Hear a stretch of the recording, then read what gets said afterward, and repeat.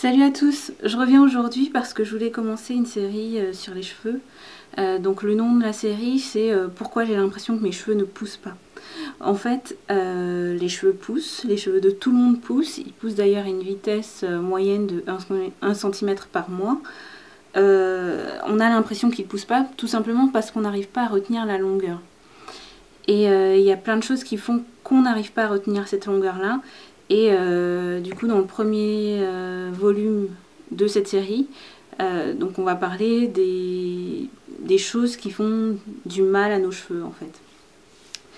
Donc j'ai pris quelques notes pour ne rien oublier, donc c'est pour ça que vous allez me voir regarder en dessous.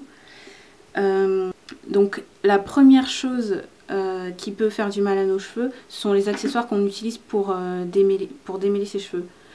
Par exemple, ce type de peigne qui est en plastique, s'il n'est pas lisse, s'il n'est pas complètement lisse, il peut s'accrocher aux cheveux et abîmer la fibre capillaire.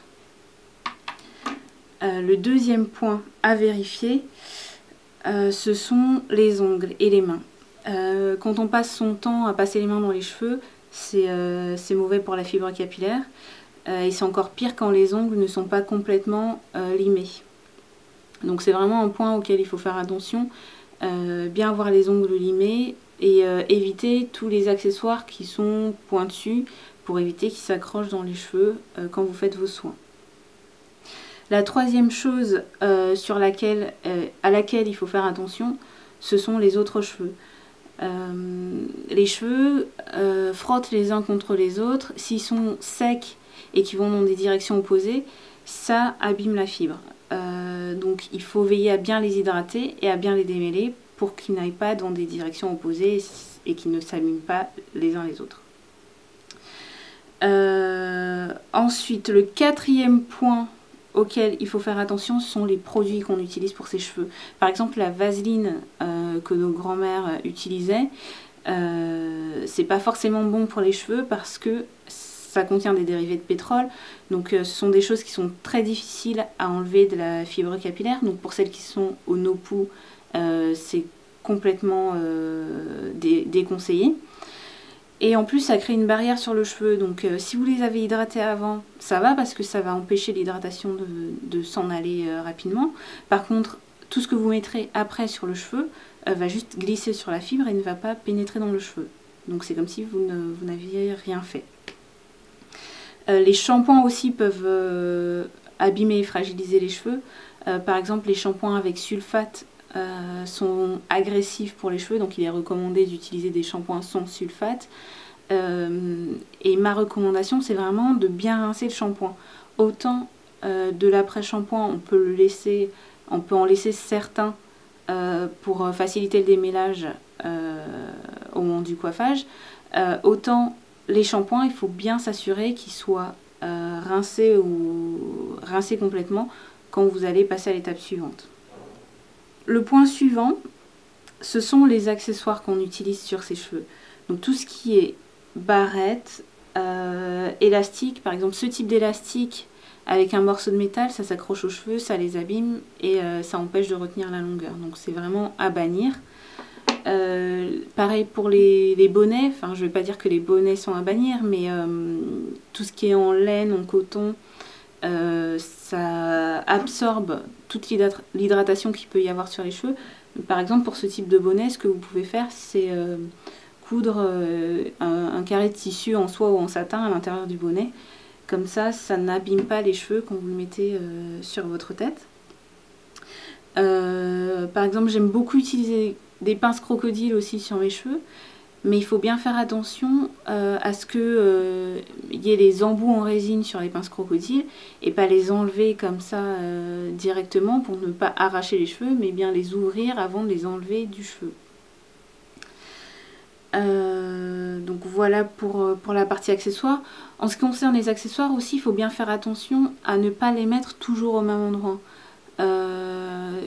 Par exemple, si vous faites votre couette, votre chignon toujours bas à cet endroit-là, bah ici ça va créer une fragilité au niveau de la fibre et vos cheveux vont se casser à cet endroit-là. Le point suivant, ce sont les vêtements.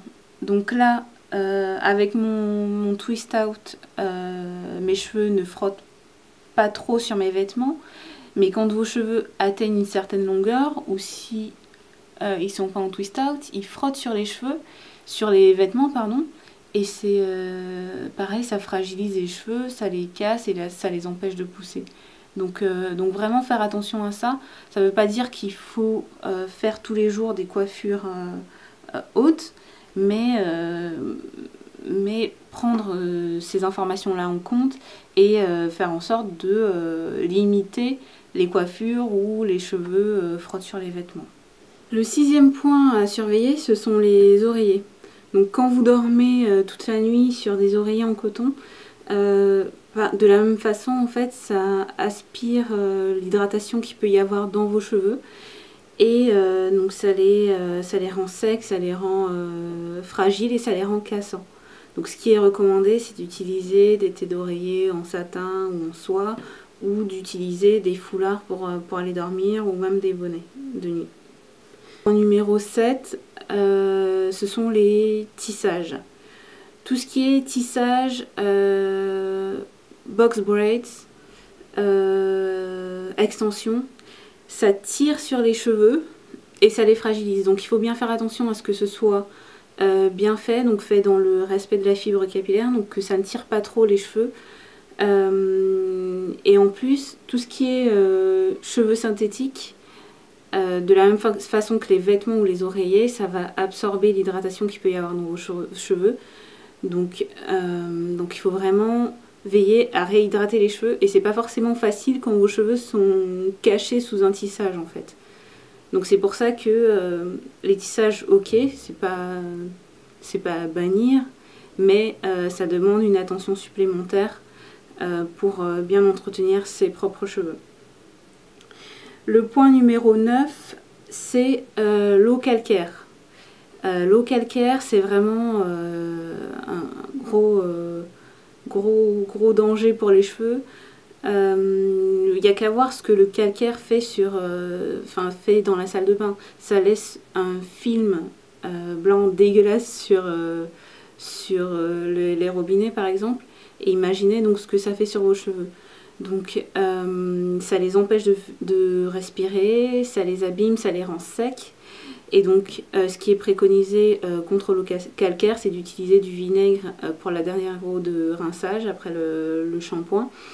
Et donc moi ce que je fais, c'est que j'utilise un volume de vinaigre de cidre pour 5 volumes d'eau.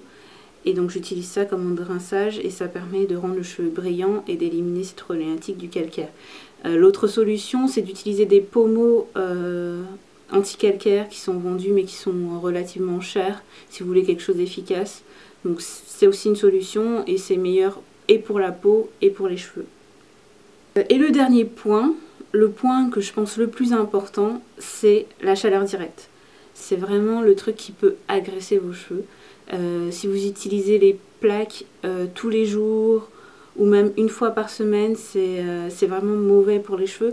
Et ce qu'il faut savoir, c'est que la pointe des cheveux, c'est la partie la plus ancienne, donc c'est celle qui souffre le plus de l'agression par la chaleur. C'est pour ça que parfois quand vous lissez les cheveux, les pointes sont souvent plus rêches ou plus abîmées. Il faut vraiment faire attention à la température que vous mettez sur votre fer à lisser. Bien sûr, plus les cheveux vont être crépus, plus vous aurez tendance à mettre une chaleur élevée pour pouvoir bien lisser les cheveux et avoir des baguettes. Mais c'est vraiment super mauvais pour les cheveux. Donc vraiment, faites attention à ça. Réduisez la température que vous utilisez pour vous lisser les cheveux et réduisez la fréquence des lissages. Donc voilà, j'espère avoir pu vous aider avec ces petits conseils. Donc je vais revenir régulièrement avec cette série-là. Donc pourquoi j'ai l'impression que mes cheveux ne poussent pas. Et j'espère qu'on pourra du coup avancer ensemble dans notre aventure capillaire. Voilà, je vous remercie d'avoir regardé. Des petits pouces verts si vous avez aimé les conseils. Et puis je vous dis à bientôt pour une prochaine vidéo.